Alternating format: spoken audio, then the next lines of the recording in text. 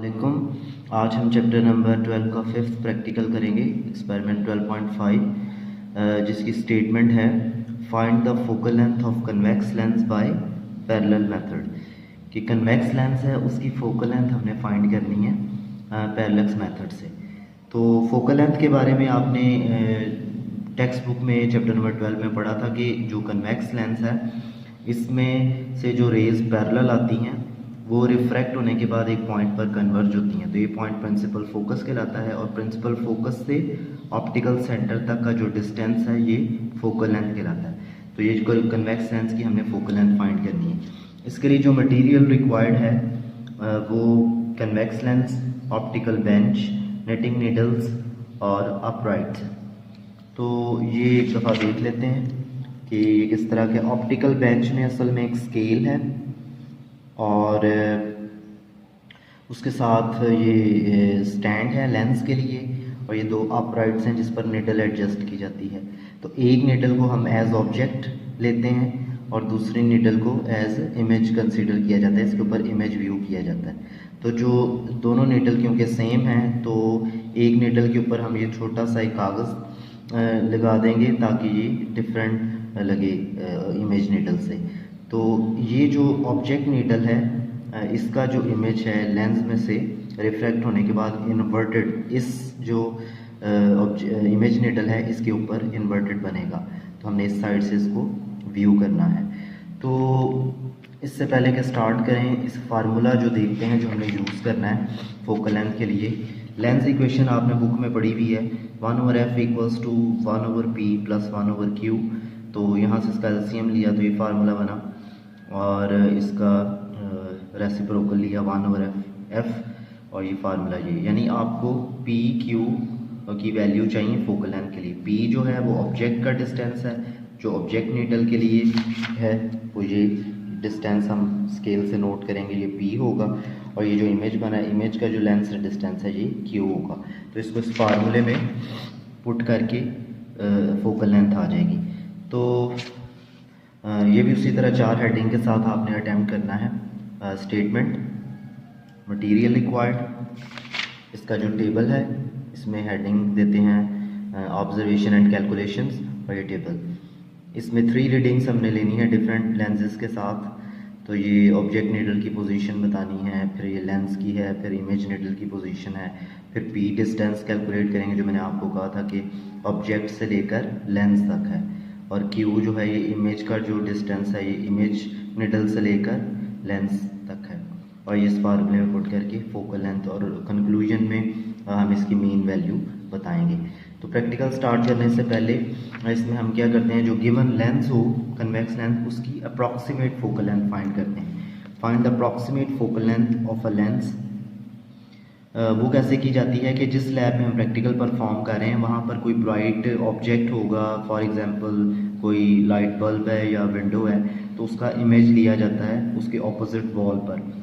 तो लेंस से वॉल तक का जो डिस्टेंस है, जब क्लियर इमेज आपको वॉल पे नज़र आए उस विंडो का या बल्ब का, तो वो फिर हम लेंस और वॉल का डिस्टेंस मेजर करते हैं। ये हमारी अप्रॉक्सीमेट फोकल लेंथ होती है। तो उसके बाद हमने क्या करना है, लेंस को ऑप्टिकल बेंच में दरमियान में बिल्कुल मिड में, लेट से 50, यहाँ पर 60 में शो किया गया है, तो रखने के बाद वो जो आपने अप्रॉक्सीमेट फोकल लेंथ फाइंड की थी, let suppose approximate focal length आई है 10 सेंटीमीटर, तो हमने एक निडल एडजस्ट करनी है 20, उसका डबल करके 10 सेंटीमीटर अप्रॉक्सीमेट आई है तो उसका डबल करके 20 पर आपने एक निडल सेट करनी है। तो ये डबल क्यों करनी है, क्योंकि बुक में जो रे डायग्राम्स थी उसमें आपने सीखा हुआ है कि 2f पर अगर आप ऑब्जेक्ट रखें तो उसका इमेज भी 2f पर बनता है। तो इस टेक्निक को हम यूज़ करते हैं ताकि हमें आइडिया होता है कि ये जो ऑब्जेक्ट है इसका इमेज अंदाज़न कहाँ पर बनेगा। तो 2f पर रखेंगे, जैसे मैंने कहा कि अप्रॉक्सीमेट फोकल लेंथ 10 है तो हम 20 पर रखेंगे, तो दूसरी तरफ भी 20 पर अंदाज़न इसका इमेज देखने की कोशिश करेंगे। जहाँ पर आपको इसका इमेज नज़र आए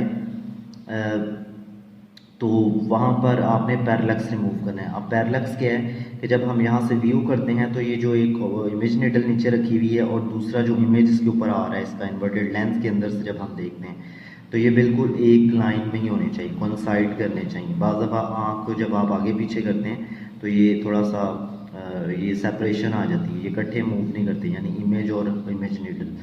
तो इनको हमने इस तरह से एडजस्ट करना है इस नीडल को, ताकि ये दोनों इकट्ठे मूव करें, यानी ऑब्जर्व जो इमेज है और दूसरी जो इमेज नीडल आपने रखी है इसके डिस्टेंस के लिए।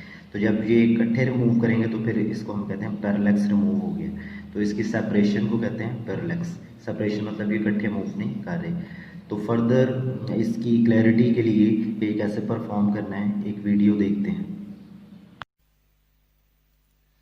वेलकम स्टूडेंट्स, हम एक प्रैक्टिकल करेंगे जिसके अंदर हम कॉन्वेक्स लेंस की फोकल लेंथ फाइंड आउट करेंगे पैरेलैक्स मेथड को इस्तेमाल करते हुए। कॉन्वेक्स लेंस को आप यहाँ पे देख सकते हैं कि कॉन्वेक्स लेंस इस शक्ल का होता है, यानी दरमियान से मोटा होता है और किनारों से पतला होता है। जब कॉन्वेक्स लेंस में से लाइट रेज गुजरती हैं तो कॉन्वेक्स लेंस उन लाइट रेज को कन्वर्ज करता है। कन्वर्जिंग से मुराद ये है कि जब ये लाइट रेज एक कॉन्वेक्स लेंस के अंदर से गुजरती हैं तो उन सब लाइट रेज की डायरेक्शन इस तरह से चेंज होती है कि वो सारी लाइट रेज एक नुक्ते यानी एक पॉइंट पे जाके मिलती हैं और उस पॉइंट को प्रिंसिपल फोकस कहा जाता है। कॉन्वेक्स लेंस के ऑप्टिकल सेंटर से लेके प्रिंसिपल फोकस तक का जो डिस्टेंस होता है यानी लेंथ होती है उसे फोकल लेंथ कहा जाता है। तो इस प्रैक्टिकल में हम कॉन्वेक्स लेंस की इस फोकल लेंथ को फाइंड आउट करेंगे और उसके लिए हम पैरेलैक्स मेथड इस्तेमाल करेंगे। पैरेलैक्स मेथड से मुराद ये है कि हम कॉन्वेक्स लेंस की एक तरफ एक अपराइट नीडल रखेंगे जिसको हम ऑब्जेक्ट नीडल कहेंगे। तो कॉन्वेक्स लेंस की मदद से इस ऑब्जेक्ट नीडल का इमेज दूसरी तरफ बनेगा जो कि इन्वर्टेड इमेज होगा।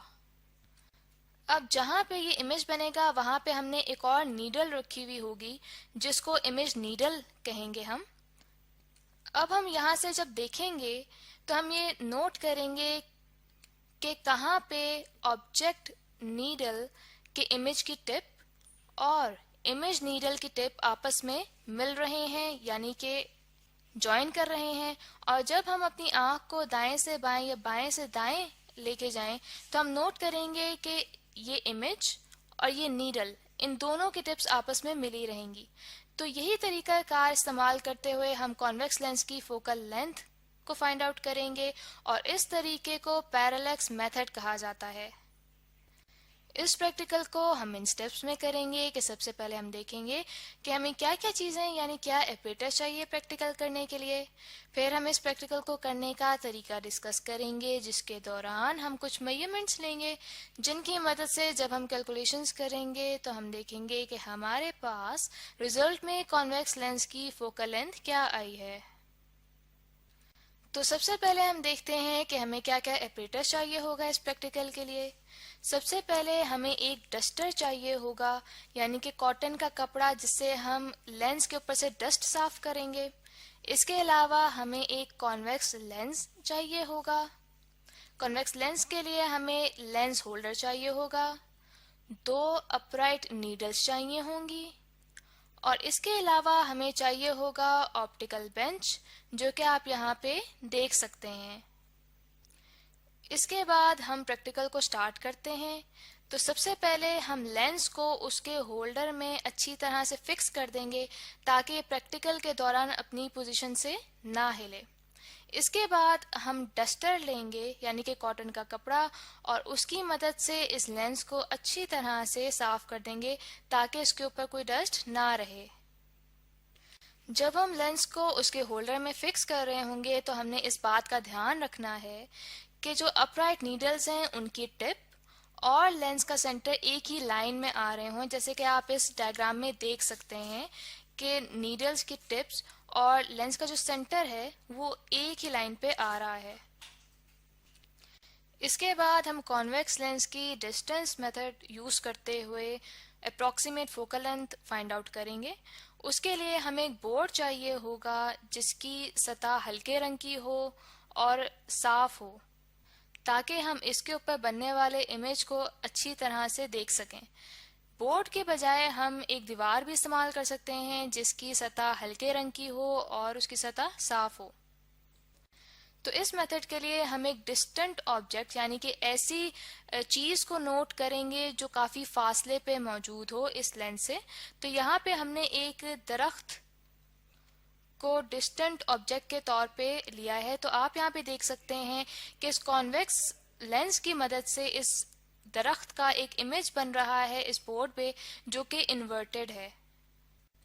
तो इसके बाद हम इस लेंस को या फिर इस बोर्ड को इस तरह से आगे पीछे मूव करेंगे कि हम देखेंगे कि किस पोजीशन पे हमारे पास इस दरख्त का गहरा यानी कि डार्क और शार्प इन्वर्टेड इमेज बन रहा है। तो फिर जिस पोजीशन पे हमारे पास शार्प और इन्वर्टेड इमेज बन रहा है इस दरख्त का, वहाँ पे हम इस बोर्ड को रोक लेंगे या फिर इस लेंस को रोक लेंगे। तो फिर हम इस लेंस और इस बोर्ड के दरमियान में लेंथ को फाइंड आउट करेंगे जो कि हमारे पास अप्रॉक्सीमेट फोकल लेंथ आएगी।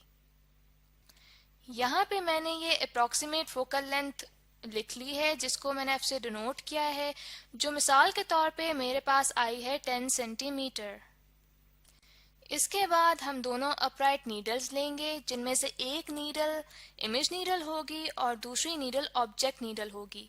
इनको डिफरेंशिएट करने के लिए हम कागज के ऊपर आई और ओ लिखेंगे और उनको हम इनके ऊपर स्कॉच टेप की मदद से लगा देंगे ताकि हम इन दोनों नीडल्स को इजीली डिफरेंशिएट कर सकें एक दूसरे से।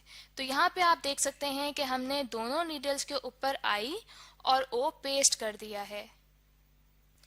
इसके बाद हम लेंस होल्डर में लगे लेंस को ऑप्टिकल बेंच के ऊपर रखेंगे जैसे कि आप यहाँ पे देख सकते हैं।